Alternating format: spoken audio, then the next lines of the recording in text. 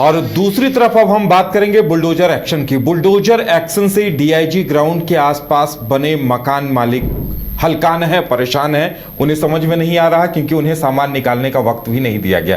देखिए, अदालत की चौखट तक ये लोग पहुंचे थे, लेकिन अदालत की तरफ से फिलहाल इन्हें कोई राहत नहीं दी गई है। अब फिर से सुनवाई होनी है और इंतजार उस बात का है। और देखिए, एक एक सामान वहां से कोई पंखा निकाल रहा है, लेकिन इसके बावजूद जीवन भर की जमा पूंजी लगाकर जिस मकान को बनाया गया था, भव्य मकान बना था, 2 तल्ला मकान था, और देखिए लोग कोशिश कर रहे हैं कि वहां के ज्यादा से ज्यादा खिड़की, दरवाजे, ग्रिल उन सबको निकालने का, क्योंकि जब दूसरी जगह आशियाना वसाएंगे तो उन्हें तकलीफों का सामना ना करना पड़े। और खून पसीने की कमाई से जो एक एक चीजें जोड़ी गई थी, उन सभी को उन्हें वेस्ट ना करना पड़े। विडंबना यह हो गई है कि उन्हें वक्त नहीं मिल रहा। सौरभ, देखिए, आज तमाम जिन लोगों से, पीड़ितों से आप लोगों ने बातचीत की, उनका कहना था कि हमें वक्त नहीं दिया जा रहा है। अगर वक्त दिया जाता तो हम नुकसान को कम करते और जितनी चीजें थी मकानों में उन्हें बाहर ले जाकर दूसरी जगह शिफ्ट करते।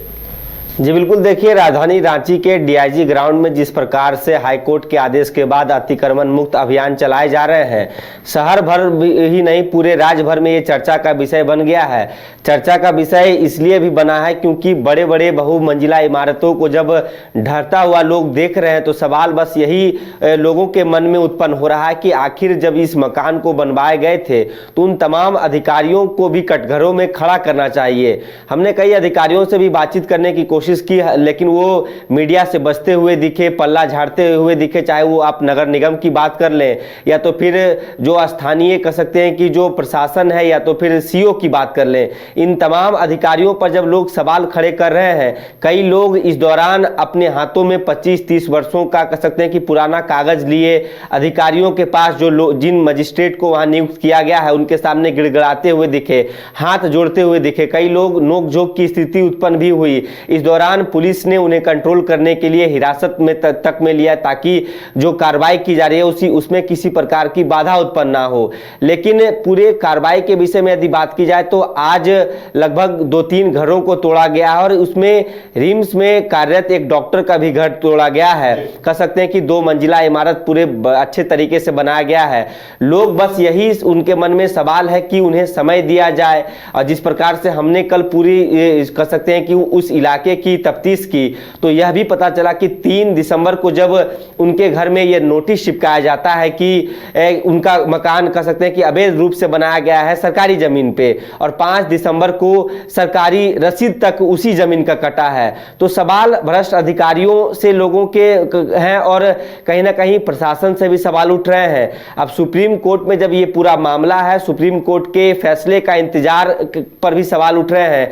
लोगों का कहना है कि वो सुप्रीम कोर्ट में क्या फैसला आता है, सुप्रीम कोर्ट की क्या कह सकते हैं कि सुनवाई होती है, इसका इंतजार जरूर करना चाहिए। लेकिन अपने आशियाने को टूटता हुआ देख लोगों के कह सकते हैं कि आंखों में आंसू हैं। जल्दबाजी में, आनन फानन में लोग जो जरूरतमंद की जो सामानें हैं उसे बाहर निकाल रहे हैं ताकि सामान को बचाया जा सके। जी सौरभ, देखिए, एक सवाल यहाँ ये उठता है कि जिन दलालों के जरिए इन जमीनों की खरीद बिक्री हुई, और देखिए एक जो अभिनंदन अपार्टमेंट टूटा है, कई लोगों ने अपने पैसे लगाए, जीवन भर की जमा पूंजी लगाई, बैंकों से, यहां तक कि एसबीआई जैसे बड़े बड़े बैंकों से लोन लिया और तमाम कागजात सही थे इसके बावजूद। लेकिन एक सवाल यहां यह उठता है कि रिम्स प्रबंधन का कहना है कि जब अतिक्रमण हो रहा था, रिम्स प्रबंधन की तरफ से बार बार आगाह किया गया था कि यह जमीन रिम्स की है। यानी कहीं ना कहीं या तो जो जमीन दलाल थे या फिर जो बिल्डर था, उन लोगों ने आम लोगों के साथ धोखाधड़ी की।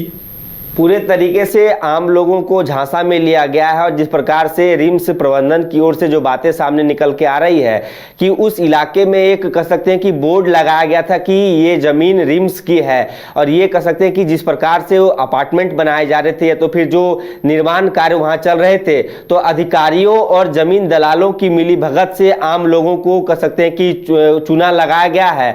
अब वो आम लोग सीधा सवाल सरकार से पूछना चाह रहे हैं कि आखिर उनकी यह गलती क्या है कि जब 4-5 कागज उन्हें जो जमीन दलाल की ओर से दिखाए गए, या तो फिर जो उस अपार्टमेंट का जो टेंडर करता है, या तो फिर तमाम प्रकार के जो लोग हैं, उन्हें बस यही बताए गए थे कि नगर निगम से पूरे तरीके से नक्शा पास करवाया गया है, रसीद कटाए जा रहे हैं। बावजूद इसके रिम्स प्रशासन जो बात अभी बता रही है, तो कहीं ना कहीं पहले थोड़ी सजग होने की जरूरत थी ताकि जो जिन लोगों का नुकसान हुआ है उन नुकसान को बचाया जा सके। हालांकि अब इस पूरे मामले को लेकर सुप्रीम कोर्ट का क्या रुख होता है, ये काफी देखना दिलचस्प होगा। चलिए, अब सुप्रीम कोर्ट इस पर क्या कुछ निर्देश देता है और जिन लोगों के साथ इतना बड़ा धोखा हुआ है, उनका पूरा सिस्टम से भरोसा उठ गया है, उन्हें क्षतिपूर्ति मिलती है या नहीं, उन्हें न्याय मिलता है या नहीं, ये देखने वाली बात होगी।